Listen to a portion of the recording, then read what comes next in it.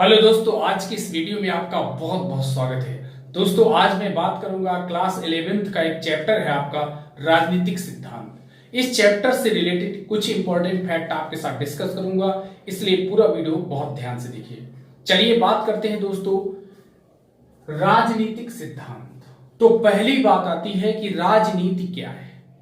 सबसे जरूरी है कि राजनीतिक सिद्धांत पढ़ने के पहले आपको जरूरी है कि आपको राजनीति क्या है यह पता होना चाहिए। तो देखिए, जो विभिन्न प्रकार के विद्वानों ने इसकी परिभाषा देने की कोशिश की है। विभिन्न विद्वानों ने, किसी ने कहा कि शासन करने की कला राजनीति है, तो किसी ने कहा सरकार के क्रियाकलापों को ठीक से चलाने की सीख ही राजनीति है, तो किसी ने कहा शासन संचालन के विवादों का हल है, तो किसी ने यह कहा कि राजनीति में भागीदारी ही राजनीति कहलाता है। पर आज आप देखते हैं कि राजनीति में भागीदारी के लिए नेता आते हैं, लेकिन नेता करते क्या है? राजनीति में भागीदारी कम करते हैं, बल्कि अपोजिट पार्टियों, अपोजिट विपक्ष, पक्ष और विपक्ष का मुद्दा हमेशा बना रहता है और भागीदारी न होकर विवाद का एक मुद्दा बन जाता है। तो दोस्तों, राजनीति फिर क्या है? अगर वो शासन करने की कला है, अगर वो सरकार के क्रियाकलापों को ठीक से चलाने की सीख है, या फिर प्रशासन संचालन का के विवादों का हल है, या फिर राजनीति में भागीदारी राजनीति है, तो इसकी सही से परिभाषा क्या हो सकती है? तो मैं आपको बता दूं, ये मैं अपनी व्यक्तिगत परिभाषा बता रहा हूं कि राजनीति समूहों की जो सार्वजनिक समस्या होती है। राजनीति किसका अध्ययन है? समूहों का अध्ययन है। उन समूहों की जो सार्वजनिक समस्या होती है, उस सार्वजनिक समस्या का सार्वजनिक हल ढूंढा जाता है। उस सार्वजनिक जो हल होता है, उस सार्वजनिक हल को जो सबको मान्य होता है और ऐसा जो सब पर लागू होता है, ऐसी नीति को ही हम राजनीति कहेंगे। यानी जो सार्वजनिक समूह होंगे, सार्वजनिक समूहों की सार्वजनिक समस्या होगी, सार्वजनिक समस्या का सार्वजनिक हल ढूंढा जाएगा और उस सार्वजनिक हल जो सबको मान्य होता है, और ऐसी नीति को हम कहेंगे राजनीति। इसकी परिभाषा दे पाना अत्यंत दुष्कर कार्य है। कोई भी परिभाषा इसकी परफेक्ट नहीं कही जा सकती है, फिर भी कोशिश करते हैं कि राजनीति की परिभाषा दी जाए। चलिए अब बात करते हैं राजनीतिक सिद्धांत। राजनीतिक सिद्धांत यानी जीवन के विभिन्न पहलुओं का अध्ययन। जीवन के विभिन्न पहलू हैं, कौन कौन से? स्वतंत्रता, समानता, न्याय। जो जीवन के विभिन्न पहलू हैं, जिसमें सामाजिक जीवन, सरकार व संविधान, स्वतंत्रता, समानता, न्याय, लोकतंत्र, धर्मनिरपेक्षता, ये जीवन के विभिन्न पहलुओं का जो अध्ययन किया जाता है, जीवन के विभिन्न पहलुओं का जो अध्ययन है, उस अध्ययन को हम कहते हैं राजनीतिक सिद्धांत। बिना सिद्धांत के कभी भी प्रैक्टिकल, पहले सिद्धांत बनता है तब प्रैक्टिकल उसका किया जाता है, तब उसे व्यावहारिक जीवन में उतारा जाता है। तो आगे बात करते हैं राजनीतिक सिद्धांत को व्यवहार में उतारना। कैसे राजनीतिक सिद्धांत को व्यवहार में उतारा जाए? तो यह भी एक दुष्कर कार्य है। सपोज करिए समानता सबको होनी चाहिए, लेकिन अगर हम समानता को लागू कर दें तो जिसमें बुजुर्ग, बच्चे, स्त्रियां, अगर सबके साथ समानता का व्यवहार किया जाए तो इनके साथ अन्याय होगा। जो कमजोर वर्ग है, बुजुर्ग हैं, स्त्रियां हैं, बच्चे हैं, इन सबको क्या होगा? इनका समानता के लिए कोई अर्थ नहीं निकलेगा। अगर मैं कहूं कि सबको स्वतंत्रता प्राप्त होनी चाहिए, मैं कहूंगा मुझे सड़क पर चलने की स्वतंत्रता है, मैं जैसे चाहूं वैसे सड़क पर चल सकता हूं, लेकिन आप जानते हैं कि मेरी इतनी स्वतंत्रता नहीं है कि मैं एक हाथ में एक छड़ी लेकर के 20 सड़क में घुमाते हुए चलूं, क्योंकि मुझे स्वतंत्रता है। अगर वो छड़ी किसी को लग जाती है तो क्या है? तो मेरी स्वतंत्रता तो है, पर उसकी स्वतंत्रता में बाधक हो रहा है। इसलिए स्वतंत्रता को पूरी तरह से व्यवहार में उतारना बहुत ही मुश्किल है। इसलिए सिद्धांतों को व्यवहार रूप में उतारना भी उतना ही दुष्कर कार्य है। उसमें समन्वय बहुत जरूरी होता है। चलिए अब बात करते हैं आगे। यानी व्यवहार में उतारना कठिन है। स्वतंत्रता, समानता का एग्जाम्पल मैंने आपको दिया। राजनीतिक व्यवस्थाओं के बारे में अपने विचारों व भावनाओं का परीक्षण किया जाता है। कोई भी विचार और भावना आपके अंदर उठी तो आप क्या करोगे? जब व्यवहार रूप में उसको उतारोगे तो उससे आपका परीक्षण होगा कि आपने जो विचार दिया, आपके अंदर जो फीलिंग थी, उसका व्यवहारिक रूप में क्या उसका प्रभाव आता है। तो ये चीज हो गई। सिद्धांत को व्यवहार में उतारना दुष्कर कार्य है, कठिन कार्य है। चलिए स्टूडेंट, अब बात करते हैं राजनीतिक सिद्धांत का महत्व। तो फिर राजनीतिक सिद्धांत का क्या इंपॉर्टेंस है, क्या महत्व है।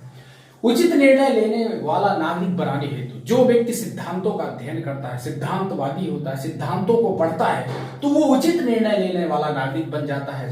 कैसी भी विषम परिस्थिति हो, वो अपने पूर्व ज्ञान के आधार पर सिद्धांत का अध्ययन करके निर्णय लेने में सक्षम होता है, समर्थ होता है। दूसरा, राजनीतिक चेतना जागृत होती है। आप जानते हैं कि विभिन्न प्रकार के विचारक हुए, विभिन्न प्रकार के विचारकों ने नए नए सिद्धांत दिए, अनेक सिद्धांत विचारकों ने दिए। उन सिद्धांतों का अध्ययन करके राजनीतिक चेतना की जागृति होती है, राजनीतिक रूप से पॉलिटिकली लोगों के अंदर अवेयरनेस आती है। पूर्वाग्रहों को समाप्त कर एकता कायम करने हेतु जो राजनीतिक सिद्धांत हैं या जो भी सिद्धांत बनते हैं, आप जानते हैं, जैसे पूर्वाग्रह, जैसे पहले से चली आई परंपराएं, उन परंपराओं में अगर खामियां रह गई हैं, कमियां हैं, छुआछूत, जातिवाद, दहेज प्रथा, बाल विवाह, विभिन्न प्रकार के समाज में समस्याएं बनी रहती, इन पूर्वाग्रहों को खत्म करता है राजनीतिक सिद्धांत और देश को एकता के सूत्र में बांधता है। तो ये भी काम करता है राजनीतिक सिद्धांत। शासन व्यवस्था की जानकारी हेतु देश में विभिन्न प्रकार की समस्याएं, पूरी दुनिया में आप देखो विभिन्न प्रकार की शासन प्रणालियां हैं, अध्यक्षात्मक, संसदात्मक, एकात्मक, प्रजातंत्र, राजतंत्र, लोकतंत्र, ये विभिन्न प्रकार के सिद्धांत हैं। तो जो भी शासन व्यवस्थाएं हैं उनकी जानकारी हमें सिद्धांत के द्वारा होती है। लोकतंत्र की उपयोगिता की जानकारी, जब हम सिद्धांतों का अध्ययन करते हैं तो हमें पता चलता है कि सारे शासन तंत्रों में लोकतंत्र, जो कि जनता का जनता के लिए जनता के द्वारा शासन है, ये लोकतंत्र ही सर्वश्रेष्ठ शासन प्रणाली है। तो ये बात हो गई। अधिकार व कर्तव्यों को समझने हो तो राजनीतिक सिद्धांत का अध्ययन करके हम पता करते हैं कि कौन कौन से हमारे अधिकार हैं। मनुष्य को मनुष्य होने के नाते उसे कितने प्रकार के अधिकार प्राप्त हैं, और अगर अधिकार प्राप्त हैं तो कर्तव्य भी हमें करना चाहिए, क्योंकि अधिकार और कर्तव्य एक ही सिक्के के पहलू हैं। आपको मुझसे पढ़ने का अधिकार है तो मेरा कर्तव्य है कि मैं आपको पढ़ाऊं। एक माता पिता को अपने पुत्र को सही से पालन पोषण करना उसका कर्तव्य है। तो एक पुत्र का जब माँ बाप बूढ़े हो जाएं तो उसकी मदद करना, उसकी देखभाल करना, उन दोनों की देखभाल करना एक पुत्र का कर्तव्य है। और ये जो उसकी सेवा पाने का अधिकार माँ बाप को रहता है। लोकतंत्र की उपयोगिता, अधिकार व कर्तव्यों को समझने, अंतरराष्ट्रीय शांति और सहयोग को बढ़ाने के लिए राजनीतिक सिद्धांत पढ़ना जरूरी होता है। विभिन्न प्रकार के राजनीतिक विचारक हुए जिन्होंने अनेक प्रकार के सिद्धांत दिए, उन्होंने बताया कि अंतरराष्ट्रीय सहयोग और शांति कैसे स्थापित किया जा सकता है। तो अगर हम राजनीतिक सिद्धांत का अध्ययन करते हैं तो हमें अंतरराष्ट्रीय शांति और सहयोग को बढ़ाने में मदद मिलती है। ये तो हो गई राजनीतिक सिद्धांतों की बात कि क्यों आवश्यक है राजनीतिक सिद्धांत। अब कुछ फैक्ट और बात कर लेते हैं। राजनीति विज्ञान का जन्म राजनीति से पहले हुआ। राजनीति विज्ञान क्या है? एक सिस्टमैटिक क्रमबद्ध अध्ययन को विज्ञान कहते हैं। तो राजनीति विज्ञान क्या है? चूंकि राजनीतिक विज्ञान नैतिकता पर आधारित है। तो आप जानते हो जब शुरू में व्यक्ति आया, प्रारंभ में जब व्यक्ति आया तो व्यक्ति कम थे, उनके अंदर क्या थी? नैतिकता थी, हेल्पफुल थे, एक दूसरे की मदद करते थे। तो राजनीति विज्ञान राजनीति से पहले आया। राजनीति विज्ञान का विषय है नैतिकता पर आधारित है, पर राजनीति किस पर आधारित है? राजनीति अवसर व सुविधा पर आधारित है, इसलिए राजनीति बाद में आया। कुछ और फैक्ट बात करें। राजनीतिक सिद्धांत का मुख्य विषय राज्य व सरकार है, जिसके अंतर्गत स्वतंत्रता, समानता, न्याय, लोकतंत्र का अर्थ स्पष्ट करता है। यानी राजनीतिक सिद्धांत क्या करता है? मुख्य विषय राज्य व राज्य सरकार का है, जिसमें स्वतंत्रता, समानता, लोकतंत्र, इन सब का अर्थ स्पष्ट करता है। नागरिकों को राजनीतिक प्रश्नों के बारे में तर्क संगत ढंग से सोचने के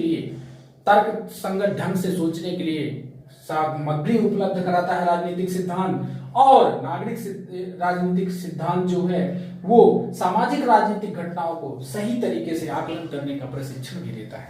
तो ये बात हो गई राजनीतिक सिद्धांत की। राजनीति क्या है इसके बारे में मैंने आपको बताया। राजनीतिक सिद्धांत में क्या किसका अध्ययन करते हैं, उनको व्यवहारिक रूप में कैसे लाया जा सकता है, क्यों लाना कठिन है, क्योंकि आप देखते हो राजनीति, जैसे आप विज्ञान को ले लो, विज्ञान में वस्तुओं का अध्ययन किया जाता है, लेकिन राजनीतिक सिद्धांत में व्यवहारिक रूप में अगर देखा जाए तो व्यक्तियों का अध्ययन किया जाता है। व्यक्ति क्या है? व्यक्ति का विचार हमेशा बदलता रहता है। व्यक्ति कोई वस्तु नहीं है, बल्कि आप वस्तुओं का जब अध्ययन करते हैं तो स्थायित्व तो उसमें पाया जाता है, पर व्यक्ति में स्थायित्व तो नहीं पाया जाता। तो चलिए दोस्तों, वीडियो पसंद आया चैनल को सब्सक्राइब करिए और वीडियो को लाइक करिए। मिलते हैं अगले वीडियो में, तब तक के लिए नमस्कार।